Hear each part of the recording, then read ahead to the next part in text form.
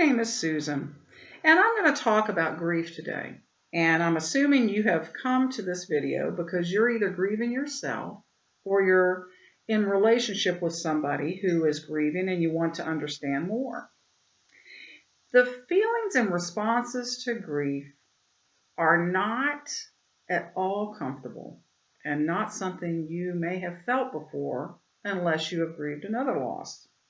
And then this one may respond differently than the first time. So I'm going to give you a list of some ways that grief shows itself in people. And let's see if you can find that in yourself or the person you care for. It could be numbness or a sense of yearning, deep sadness, tearfulness, loneliness, feeling abandoned, angry. Have you had any problems with anger yet? It could be a sense of guilt. Could be a sense of relief. And fear can come into play. Lack of control is a big issue for some people. And then there may be sleep disturbances, eating disturbances. You may have dry mouth. You may not be able to catch your breath. Just feels like you can't even get a deep breath.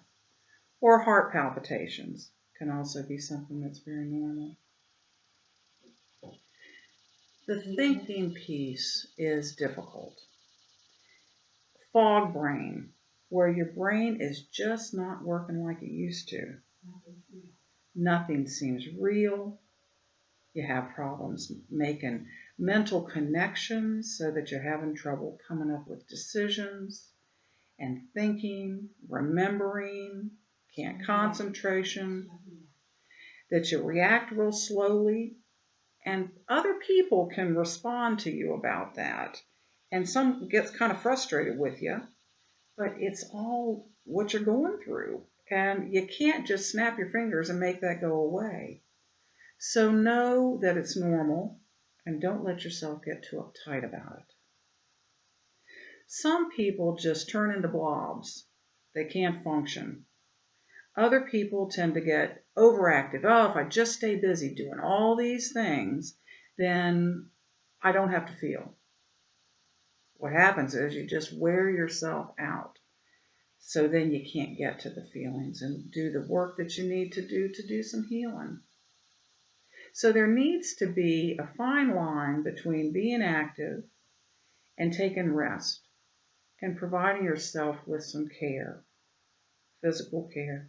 Because the body responds to grief very violently in some ways so that you can have more illnesses and be more vulnerable to skin conditions and just catching colds frequently and that type of thing.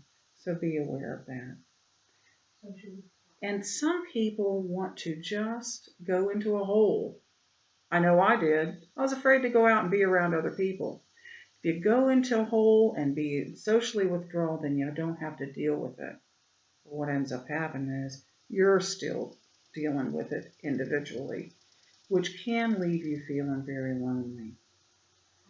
So avoiding crowds is important because it can be overwhelming. But seeking being around people who are support to you, that's very important. I've given you a whole list of responses. Some you may have, some you may not have. But just know all these can be very normal. So to not be fearful of them when they crop up in you. But if you do feel uncomfortable about them and feel like you're concerned about yourself, do get some extra help, whether it be a physical doctor or a therapist, or just know that help is available to you so that you don't have to be at a place of true fear about yourself. Grief is can be very complicated, can be very uncomfortable, and it is daggone painful. So our next blog will talk a little bit more about how you can move forward into it and do some healing. Thanks for coming to this today. I hope you felt a little bit more comfortable within yourself. Take care.